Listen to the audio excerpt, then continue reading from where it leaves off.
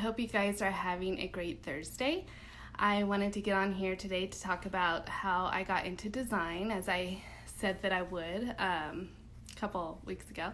And it's just been really busy. Got the kids off to school today, as you probably saw in my story. And so Elsie's in first grade and Liam is going into preschool, and they're just growing up so fast. So, and then I was also talking about, go check out my blog if you haven't done that already, because I post my 3 Thursday thoughts, which are just random thoughts, things that I like, websites I like, books, it could be anything that I thought I should share with the world. And so if you go check out number 1, you're just, it's really something that is probably going to go viral if it hasn't already, because it's just an unbelievable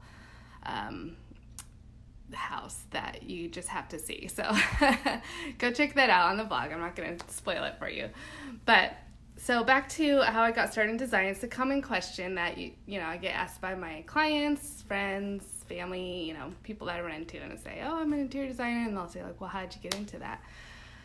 So I probably started way back when I was little. I've always been a creative person. My parents say that I was always working on a project when I got home from school, and just had to always be doing something creative. So they nurtured that. My parents are also pretty creative people. My mom has a talent for design. I think that's probably where I got it from.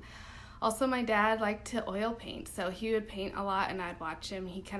We'd watch Bob Ross together, and and he kind of showed me some things he'd do. So he was creative. He's also an entrepreneur, both of them. So you can see kind of the inklings of how I got here. So I was fortunate that my parents had a nice big custom home that my mom would ask for my opinion in helping her to update it. And so I'd pick out paint colors for her, give opinions on furniture, and I had my own room, so I was able to kind of use that as my creative laboratory to see what worked. Like, I'd always be rearranging my furniture, so in the middle of the night I'd get some kind of inspiration, like, oh, if I put my dresser over here, it might open up my room a lot more.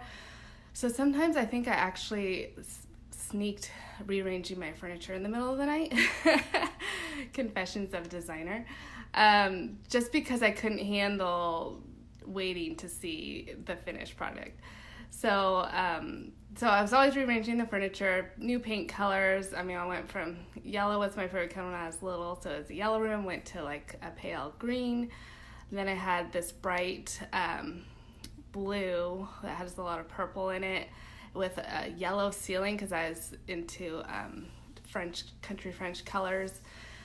So just all over the place. So anyway, it's a good starting point to kind of figure out what I liked in design, how I felt when I moved things around. The lighting is always a big issue for me. I, to this day, don't like overhead lighting.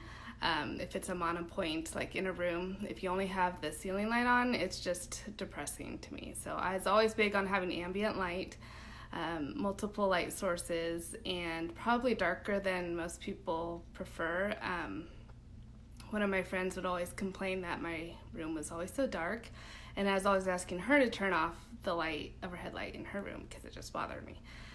So I started noticing these things early on, and then when I was about 11, the story goes that my parents were going to buy a new sofa. So they had this nice, it's probably a mid-century modern white leather sofa in their living room that I don't think I liked back then, but I would have loved now. Anyway, they were looking to replace it because it's getting old. And we went furniture shopping, probably Macy's or something.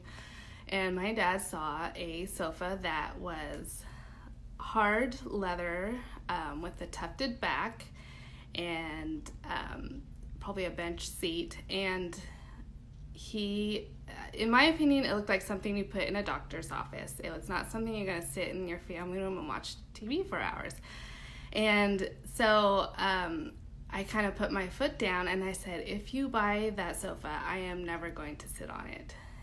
And so they did not buy that sofa. So I had opinions early on, and now people pay me for my opinions. So that kind of shows where I got started. And as I got older, I thought about maybe being an architect, even though I wasn't really interested in the exterior of a house as much. I did like designing floor plans. My cousin, who is a great builder up in Eugene, Oregon, Jordan Iverson, check him out if you haven't already. And his dad was a builder, and Jordan loved always doing drawings and architecture stuff too. So we were always doing that together. And I thought, I didn't know actually when I was young that you could get a degree in interior design until I was in high school. And I saw that there were several schools of art, of course, that had interior design. And then I was looking at San Diego, and then they dropped their design program. And then I found out that Sac State had a design program in town. So I decided to go there. And when I got there, the program was developing into, now it's an interior architecture program, but at the time, in, let's see, what was that, 1998, so it was coming out of the home economics department, which I don't even think exists there anymore.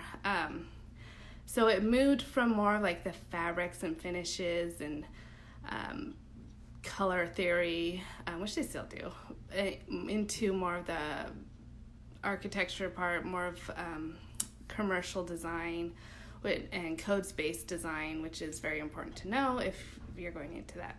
So anyway, I did do my degree at Sac State, and I also double majored in French just for fun, and then started working for an interior designer locally, doing an internship, and then part-time. And then when I graduated, I worked for a model home designer, which I thought was a great experience, because model homes are a lot of fun. You only have to please the builder, and just make sure that your audience, like, you have like a buyer in mind, but you kind of can do whatever you want. So I remember one year we designed 21 houses from the ground up, from, giving our advice on the floor plan layout, electrical layouts, to the finishing touches. So that was a really good experience, and I had to do it in all different design styles as well, not just ones that we liked. And of course at that time